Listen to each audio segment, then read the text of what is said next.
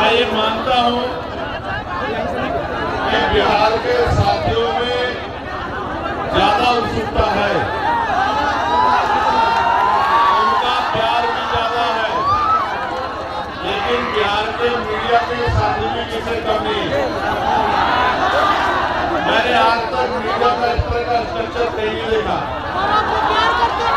जो वक्ता जनता को देख भी ना पाए, उसके मुंह के सामने इतने कैमरे लगे। एक साइड ले लो कोई, या तो बिहार में पत्रकार ज्यादा है या फिर बिहार के हर नौजवान ने पत्रकार बनने में ठान लिया। तो मैं आपसे आग्रह करूंगा, एक साइड ले लो कोई ना, सामने से खाओ, एक साइड कर लो। ये जो कैमरे वाले सामने साइड आ जाओ, ये सारा काम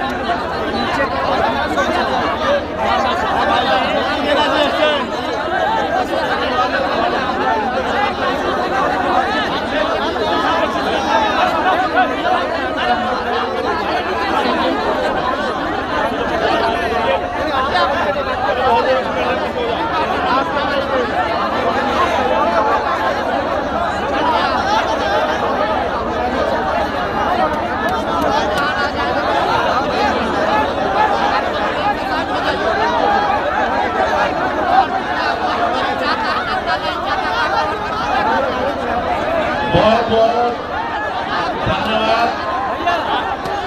सबसे पहले तो मैं आप सबको बिहार की राजधानी पटना पहुंचने पर आपका बहुत बहुत स्वागत और अभिनंदन करता हूं। सम्मानित साथियों,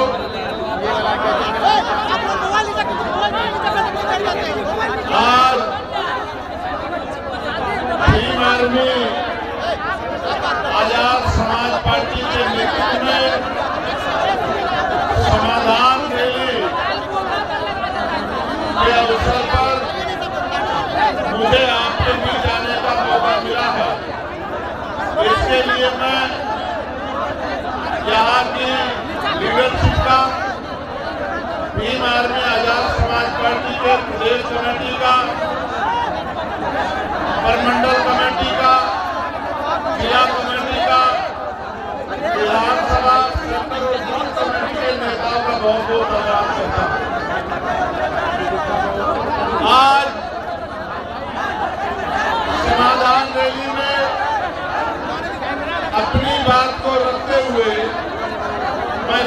पहले सभी धर्मों में जन्मे सभी संतों गुरुओं और महान पुरुषों को नमन करता। उनमें भी करुणा के सागर तथागत गौतम बुद्ध, संत शिरोमणि सतगुरु रविदास जी महाराज, भगवान वाल्मीकि महाराज, गुरु नानक देव और संत कबीर जी को नमन करता। साथ साथ राष्ट्रपिता ज्योतिबा फूले, छत्रपति साहूजी महाराज,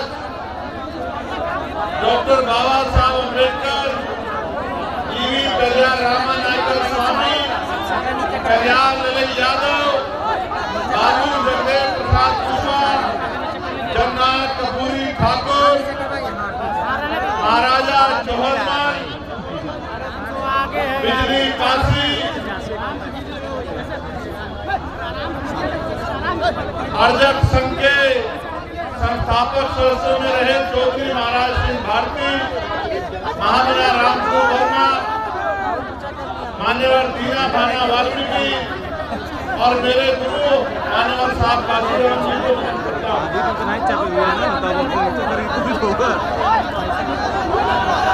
आज हम सब लोग एक विशेष उद्देश्य के लिए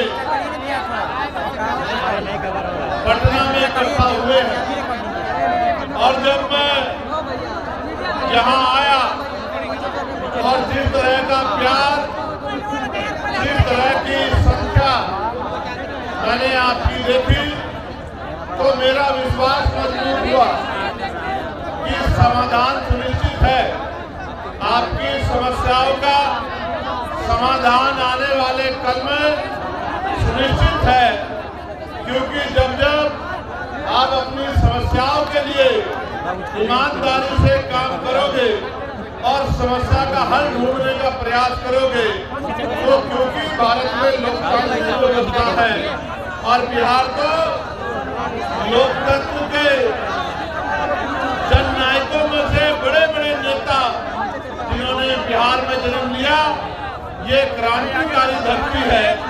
यहाँ की समस्याओं का हल तो बहुत जल्द सुनिश्चित हो जाएगा। आज आपका जुटा ये जनसमूह इस बात की गवाही दे रहा है कि आने वाला कल कमजोरों का, गरीबों का, दलितों का, पिछड़ों का, आदिवासियों का, मुसलमानों का, अन्य धार्मिक अल्पसंख्यकों का और हर जातियों के गरीब लोगों का है। ऐसा विश्वास मेरा आज आपकी संख्या के आधार पर यहाँ मजबूत हो रहा है। साथियों, मैंने बहुत सारी समस्या आपकी सुनी, वक्ताओं के माध्यम से मंच पे मैंने बहुत सारी समस्याओं को जाना और एक बहुत बड़ी संख्या यहाँ माताओं बहनों की भी है जो बड़े लंबे समय से जिम्मेदारी से इस मंच की तरफ देख रही है। बहुत बड़ी संख्या में नौजवान और जिम्मेदार लोग भी पहुंचे हैं। हालांकि आप भी जानते हैं कि पहले रैली 1 तारीख को होनी थी, लेकिन प्रशासन और सरकार द्वारा परमिशन नहीं दी गई और 1 तारीख के कार्यक्रम को आगे बढ़ा के 8 तारीख को करना पड़ा। शायद सरकार की ये मंशा रही होगी कि जब 1 तारीख को कार्यक्रम नहीं होगा तो 8 तारीख का कार्यक्रम फेल हो जाएगा। लेकिन मैं समझता हूँ कि वो आपकी शक्ति से अनभिज्ञ है, उनको आपके संघर्ष की जानकारी नहीं है, इसलिए उनको ऐसा लगा कि अगर एक की जगह कार्यक्रम किसी अन्य तिथि में होगा तो कार्यक्रम सफल नहीं होगा। मैं मुख्यमंत्री जी को ये कहना चाहता हूँ कि ये तो मात्र ट्रेलर है, पिक्चर तो आने वाले सम्मानित साथियों, ये दिन 15 अगस्त 1947 को आजाद हुआ है। 14 अगस्त 1947 को हम लोग इस देश में ब्रिटिश हुकूमत के अधीन थे। ब्रिटिश हुकूमत के अधीन होने के कारण इस देश में बहुत सारे हक अधिकार हक वंचित समाज के लोगों को नहीं। यहाँ तक कि देश में सदियों से चली आ रही कुप्रथाएं भी थी, जिनमें विधवा विवाह न होना, बाल विवाह होना, महिलाओं को सती प्रथा जैसी कुरीतियों का सामना करना और भी ऐसी बहुत सारी कुरीतियां और प्रतिबंध लगा के हक वंचित समाज के लोगों को गरीबी, बेबसी, लाचारी और जुल्म जाति का जीवन जीने के लिए मजबूर किया गया था। ये बात मैंने आपको इसलिए बताई कि आज भी आपकी समस्याओं में ये समस्याएं प्रमुख हैं कि रोटी, कपड़ा, मकान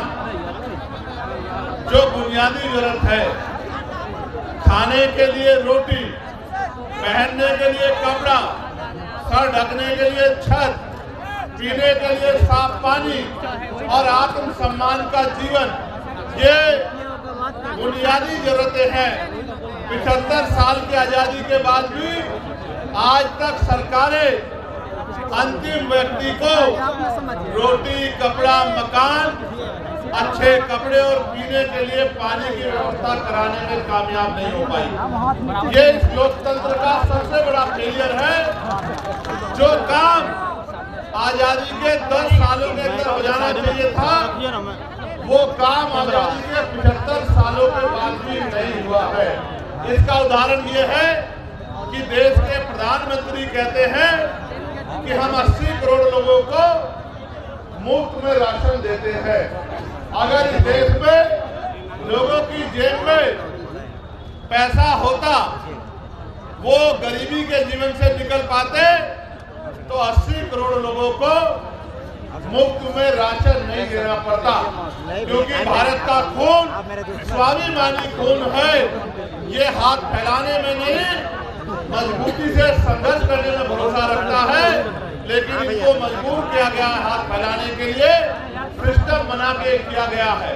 मैं इसलिए आपसे कह रहा हूं और मैं तर्क के साथ आपको कहना चाहता हूं, मीडिया भी इस बात को दिखाएगा कि भारत के साथ साथ कई ऐसे अन्य कंट्रियां भी हैं, कई ऐसे देश भी हैं जो भारत के समकालीन या भारत के बाद आजाद हुए, और आज उन देशों में जाके देखोगे तो आपको एहसास होगा कि वो भारत से लगभग 50 साल आगे चल रहे हैं। जब एक समय में आजाद हुए देश अगर बहुत दूर ना जाके यही चाइना को देखा जाए, भारत की इकोनॉमी, यहाँ के नेतागण 5 ट्रिलियन बनाने की बात करते हैं।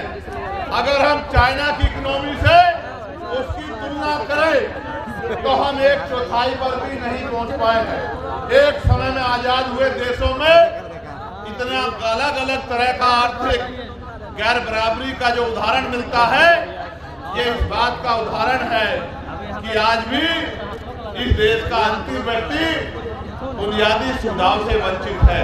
और मुझे कहने में कोई परहेज नहीं है कि इनमें भी दलित, आदिवासी और पिछड़े वर्ग के लोगों के हाल बहुत बुरे हैं। आज भी हमारी बहनों को घर चलाने के लिए कोल्हू पे काम करना पड़ता है, भट्टों पे काम करना पड़ता है, दूसरों के जमींदारों के खेतों में काम करना पड़ता है, सर पे ईंटें उठानी पड़ती है।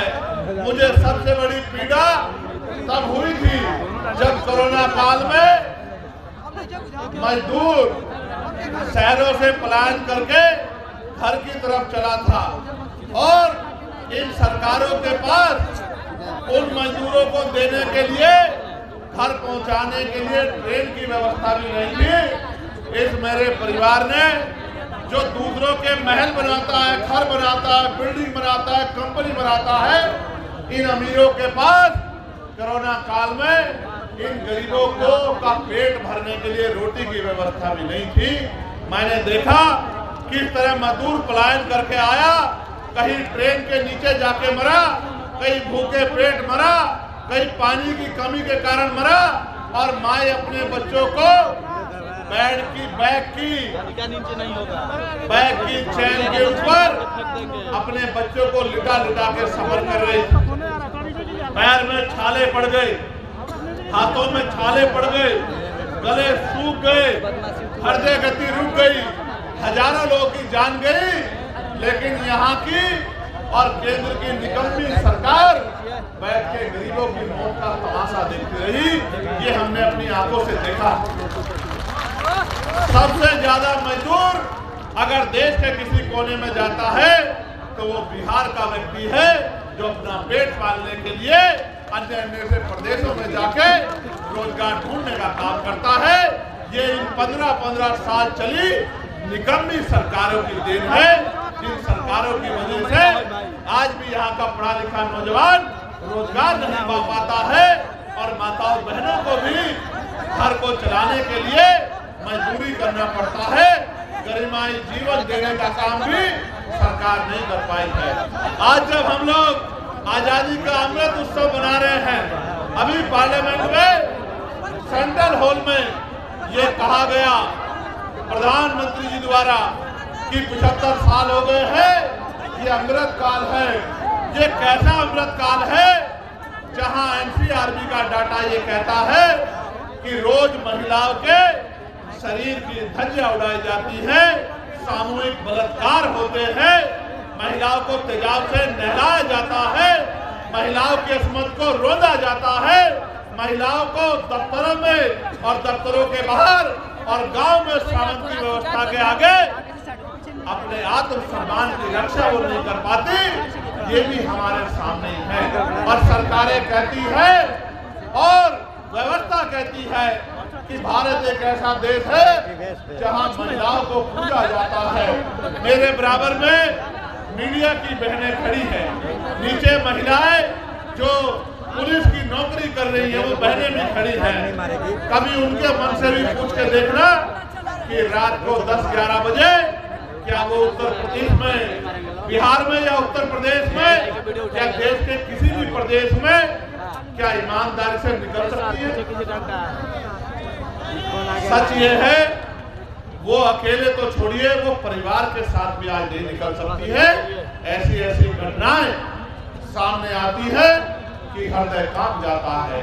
और कुर्सी में बैठे नेता और उनके चाटुकार अधिकारी ऐसी ऐसी घटनाओं पे आंखें बंद कर लेते हैं। जब मैं बिहार के साथियों से बात करता हूं तो पता लगता है 13 साल की बच्ची का रेप हुआ, 12 साल की बच्ची का रेप हुआ, 15 साल की बच्ची गायब हो गई, 2 सगी बहनें गायब हो गई, कहीं मार के 2 बहनों को लटका दिया गया। तो ऐसा महसूस होता है कि देश में गरीबों का और गरीबों में भी दलित पिछड़े आदिवासियों का, उनकी बच्चियों की इज्जत का कोई मोल नहीं है। यहाँ देश में कुत्ते, बिल्ली, बकरी, गाय, गधे, घोड़े की इज्जत है, उनके भी सम्मान है, लेकिन किसानों का सम्मान नहीं है।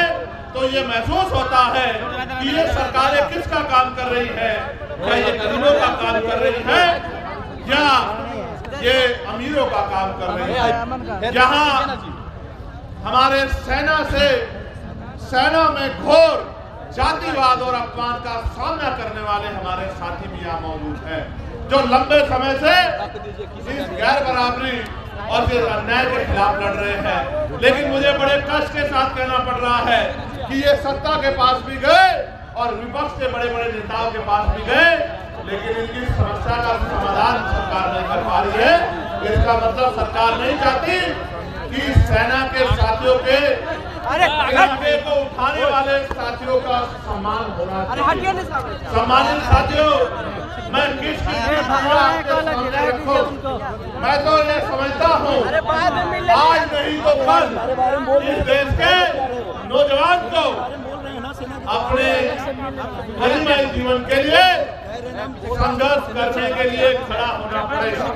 और जब तक इस देश का नौजवान और इस देश में भी बिहार का नौजवान अपने पैरों पे खड़ा होके इस जुर्म, जाति, गरीबी, बेबसी, लाचारी की बेटियों को काटने का काम नहीं करेगा, तब तक इस सत्ता में बैठे फर्जी मसीहाओं के जरिए आपकी जिंदगी बदलने वाली नहीं। सम्मानित साथियों, आप ये जानते हैं कि हमारे संतों, गुरुओं, महान पुरुषों ने अपने बच्चों का बलिदान देके इस देश में संविधान के रूप में एक इतनी बड़ी शक्ति हमें दी, एक जीवित ग्रंथ हमें दिया जो संविधान अंतिम व्यक्ति को भी सम्मान का जीवन दिलाने की बात करता है, जो अंतिम व्यक्ति को भी गारंटी देता है रोटी कपड़ा मकान की, जो महिलाओं को भी पुरुषों के बराबर मुख्य धारा में खड़े होकर सम्मान का जीवन देने की गारंटी देता है। लेकिन सम्मानित साथियों, आज जब हम आकलन करते हैं, चिंतन करते हैं, तो हमें महसूस होता है कि देश संविधान से नहीं चल रहा है। सत्ता में बैठे अहंकारी लोग संविधान को ताक पे रखे प्रदेश को और देश को चलाने का काम कर रहे हैं। नौजवान परेशान है, किसान परेशान है, सेना का जवान परेशान है, होमगार्ड के भाई परेशान है, चौकीदार परेशान है, महिलाएं परेशान है, ममता बहनें परेशान है। और अगर कोई परेशान नहीं है तो वो आपके राजभवन में और आपके विधानसभा में बैठे आपके नेता जो मोटी मोटी तनख्वाह लेके अपना और अपने बच्चों का ध्यान रखते हैं, अपने बच्चों को विदेशों में पढ़ाते हैं, अपने बच्चों का इलाज प्राइवेट हॉस्पिटल में कराते हैं और गरीब जनता को जुमला बोल बोल के बेवकूफ बनाने का काम करते हैं। मैंने पार्लियामेंट में अंतिम व्यक्ति के आवाज उठाने का काम किया, चाहे होमगार्ड के भाइयों की समस्या हो, चाहे चौकीदार भाइयों की समस्या हो, चाहे आशा आंगनबाड़ी बहनों की समस्या हो, मैंने सभी के लिए लड़ने की का काम किया। पार्लियामेंट में मैंने ये कहा कि देश को अगर आगे बढ़ाना है तो इस देश में सबसे पहले ये जो शिक्षा का बाजारीकरण किया गया है, इस बाजारीकरण के जरिए जहाँ महंगी शिक्षा एक तरफ है, जहाँ अमीर के बच्चे पढ़ते हैं, और एक तरफ सरकारी शिक्षा है जहाँ गरीब के बच्चे पढ़ते हैं, इस भेदभाव को खत्म करना होगा। और प्रधानमंत्री, राष्ट्रपति से लेकर मुख्यमंत्री, विधायक, सांसद और क्लास 1 के अधिकारी से लेकर और क्लास के कर्मचारी तक के बच्चों का, गांव के सरपंच से लेकर और विधायक, MP सबके बच्चों का की पढ़ाई सरकारी स्कूल में होनी चाहिए, जहाँ किसान का बच्चा बैठ के पढ़ता है, जहाँ मजदूर का बच्चा बैठ के पढ़ता है, उसी टेबल पे मंत्री, विधायक, सांसद, मुख्यमंत्री, राज्यपाल का बच्चा भी पढ़ना चाहिए। तब जाकर जब DM का बच्चा उसी कुर्सी में क्लास में बैठा होगा, जब SP का बच्चा उसी क्लास में बैठा होगा और आपके मेरे गरीब परिवार का बच्चा भी उसी क्लास में बैठा होगा, एक समान शिक्षा मिलेगी, तब जाके शिक्षा के दरवाजे परमानेंट के लिए गरीबों के लिए खुल जाएंगे और ये गरीब अमीरों को पछाड़ के अपनी गरीबी की बेड़ियां काटने का काम करेंगे। जब मैंने आवाज उठाई तो सत्ता में बैठे लोगों को बड़ी तकलीफ हुई। जब मैंने आवाज उठाई तो सत्ता में बैठे